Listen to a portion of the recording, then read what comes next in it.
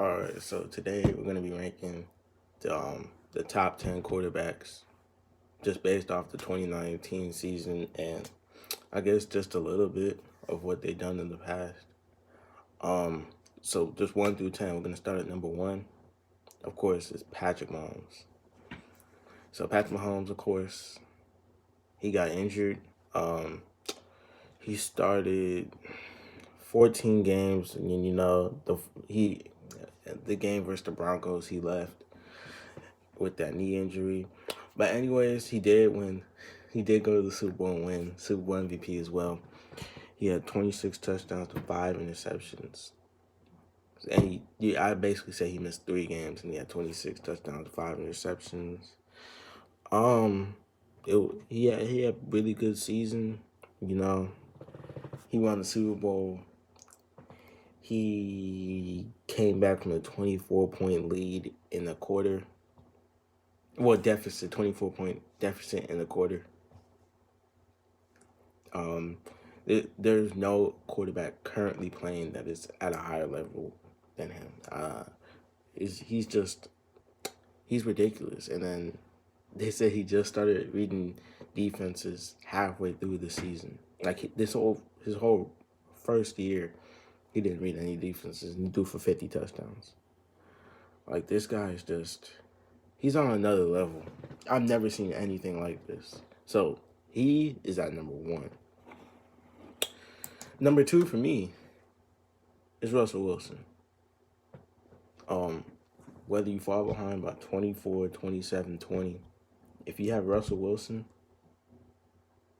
you're not out of the game because this man, he has not even like I'm looking right here since he's been in the league in 2012, not an injury, and they call him a small quarterback or whatever.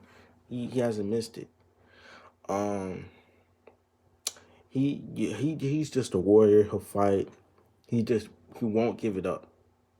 A winning record in every year he's been in here.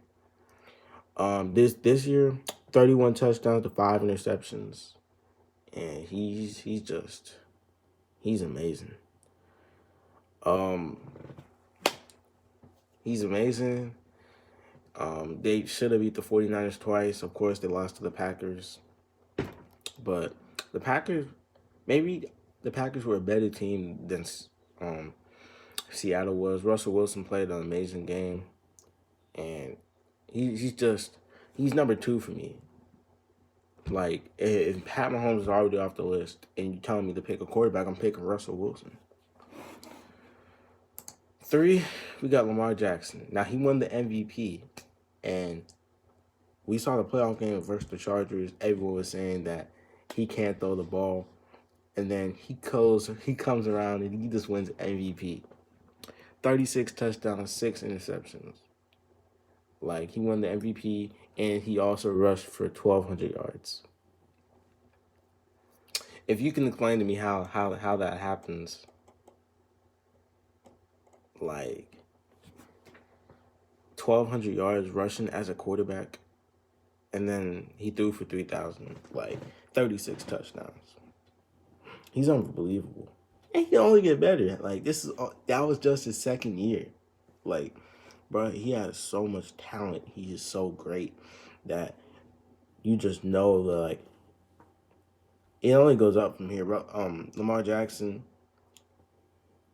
he up there for real. And you just give him more of a defense. Of course, we can talk about the playoff game versus the Titans. His receivers just didn't catch the ball. You do all this in the regular season, but the receivers come out, they don't want to catch the ball. And he didn't choke. No, I don't think he choked because he had 500 yards of total offense by himself in that game. So they did lose to the Titans, but at the end of the day, he did his part. It's just that his team needs to step up. They'll be back next year. Um, Number four on this list we have Drew Brees. Now Drew Brees missed 5 games and he had 27 touchdowns and 4 interceptions. Now, when you look at the list of the touchdown lead, it's like 27. He fits up right up in there. but you don't factor in the fact that he missed 5 games and he had 27 touchdowns. Um, he had a pretty good year this year. Just when they came back, they just took off. Of course, we did lose to the Falcons. And the 49ers, but in the 49ers game, he did put up 46 points, and they were in position to win the game, but the defense ultimately collapsed, and they lost. But Drew Brees is the ultimate quarterback. He did just resign for 2 years, so I think the Saints will be in a good situation going forward. And he's ranked 4th on the list, if I didn't say that. 5th is Deshaun Watson. Now, Deshaun Watson is an ultimate beast. He's a fighter. Houston's never had an offensive line. He's always just been running for his life. And he's just unbelievable. Like Deshaun Watson, he's just unbelievable. He's athletic. And, of course, when you look at the stats right here, he's 26-12. A little bit on the turnover side. But, well, this year he had DeAndre Hopkins. Of course, you know that Bill O'Brien traded him away. But now they got Will Fuller, Kenny Stills, and Randall Cobb. I think that Deshaun Watson will still find a way. I think that Houston didn't need to get any receiver, and they needed to start to get an offensive line. So they traded for Larry Tunsil, but they didn't even resign him. So why did you trade for him if you're not even going to resign him? But I still think that Deshaun Watson is the 5th best quarterback. I think he's unbelievable. He's a warrior, and like he's a young quarterback. He could only get better. And if you even look at the playoff game versus the Bills, they were down 16-0. And then from then on, Deshaun Watson was great. And he's great, and that I guess that's all you can ask from your quarterback, being this young. 6th, we got Carson Wentz. And I know a lot of people have words about, oh, he's injury prone, and, you know, I disagree. I don't think that he's injury prone. Because, okay, so he played all his first year, and he played all his second year. The playoff game don't count to me. And then he missed 5 games in 2018 and 3 games in 2017. So 5 games 2018, that's not that bad. And he just played a full season right now. He had 27 touchdowns to 7 interceptions. So that's pretty unbelievable to me. And if you look into the guys he's throwing to, with Alshon and Aguilar left, he's throwing to J.J. Arcega-Whiteside. Like, he's throwing to J.J. Arcega-Whiteside, Dallas Goedert, because Ertz got hurt. Like he's throwing the practice squad guys, and he carried that team into the playoffs. Like, and we look at the stat that he had 4,000 passing yards, and not a receiver had over 500. It goes to show how consistent he is. I definitely think that he's the best quarterback coming out of his draft. He's just unbelievable, and he's great. And he's at number 6 for me. He's a little bit below Deshaun Watson, but even though you could put him above. And number 7, we got Aaron Rodgers. Now, Aaron Rodgers, he has been a little bit of Aaron Rodgers. I guess he's just, a lot of people have called him injury prone. You know, he broke his collarbone a lot. But this year he was 26 touchdowns, 4 interceptions, only 4 interceptions. He can definitely play a lot longer. Of course, his touchdowns are down because, they had Aaron Jones, and like Aaron Jones was running the ball, and you know he had 16 touchdowns, so he didn't need to throw the ball as much as he usually did. Unfortunately, they did lose in the NFC Championship to the San Francisco 49ers. But he did play an amazing game, and Aaron Rodgers is just he's still a beast. He's still the same guy. I don't see he's still the same guy that he was, even though he played terrible in the NFC Championship game. I just think that if they just get a few pieces on defense, they should be okay. And Aaron Rodgers is he's just great, but of course he's not the best quarterback anymore. But that don't mean he's still a top 10 quarterback. And I think a lot of people would take Aaron Rodgers right now. And at number 8, we have Matt Ryan. I think that Matt Ryan probably one of the most disrespected quarterbacks in this league. I think he is one of the most disrespectful quarterbacks in this league. Of course, he has a league MVP. And in that year, he had 38 touchdowns and 7 interceptions. And in 2018, he had 35 and 7. So that's a pretty good. He really be like, okay, they don't go to the playoffs, but like that is at the end of the day, that's the whole team. So Matt Ryan, he really is a really disrespected quarterback, and he pulls up consistent numbers. He played a lot of good games this year that the defense just couldn't contain. Like the Cardinals, there's no way they should have lost that game. Now this year, he did get hurt. He didn't start one game.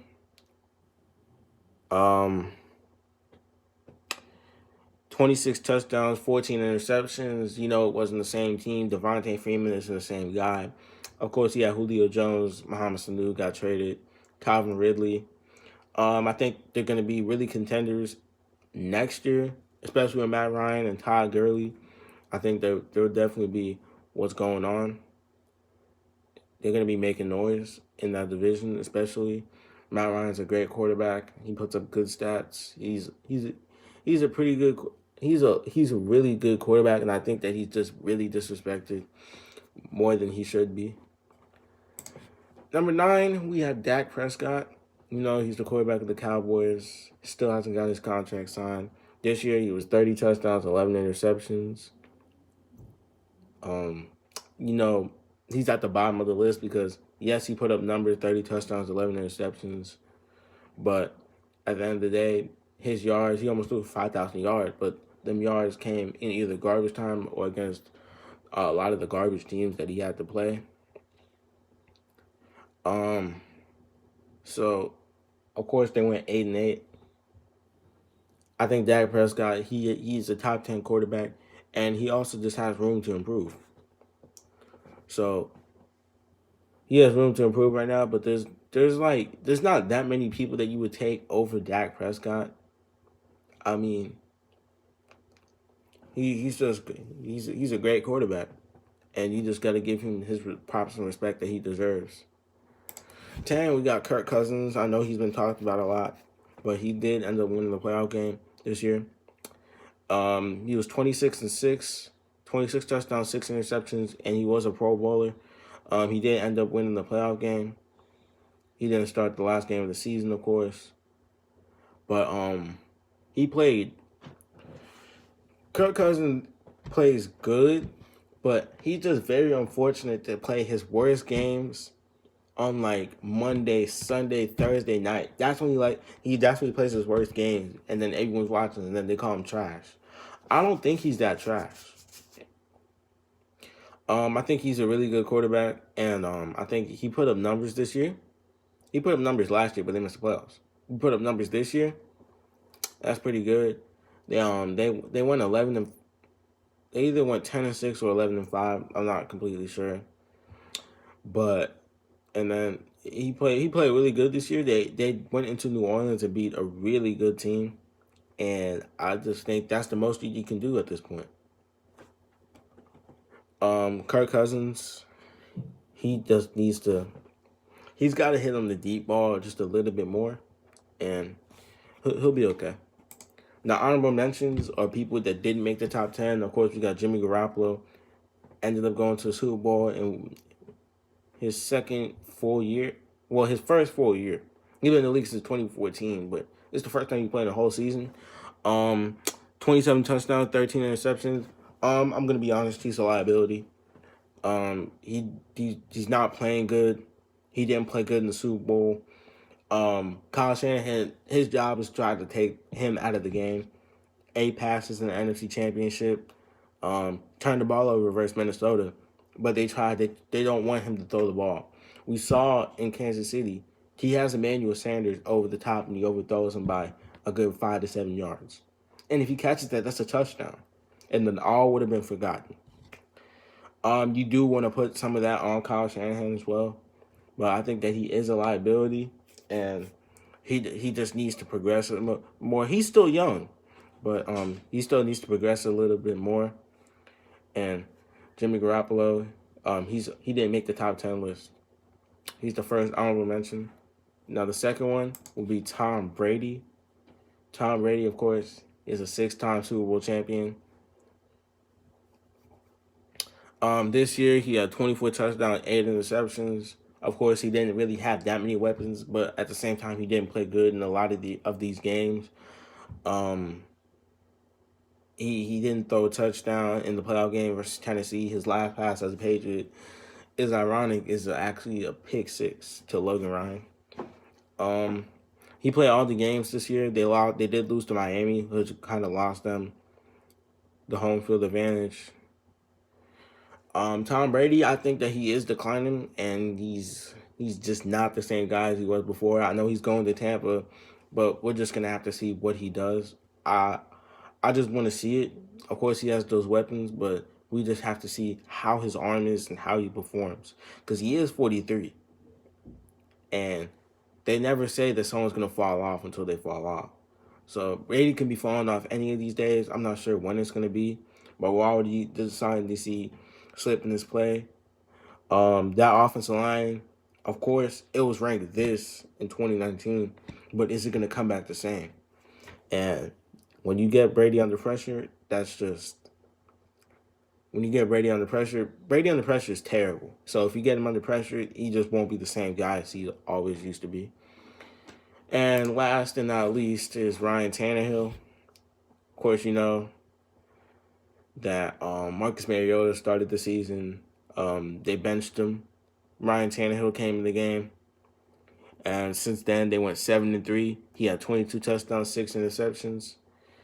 You don't want him like in the playoffs. They didn't want him throwing the ball. They just played through Derrick Henry, which is what led them ultimately going to the AFC Championship, ultimately losing to a much more superior team. But Ryan Tannehill, he played good this year, you know.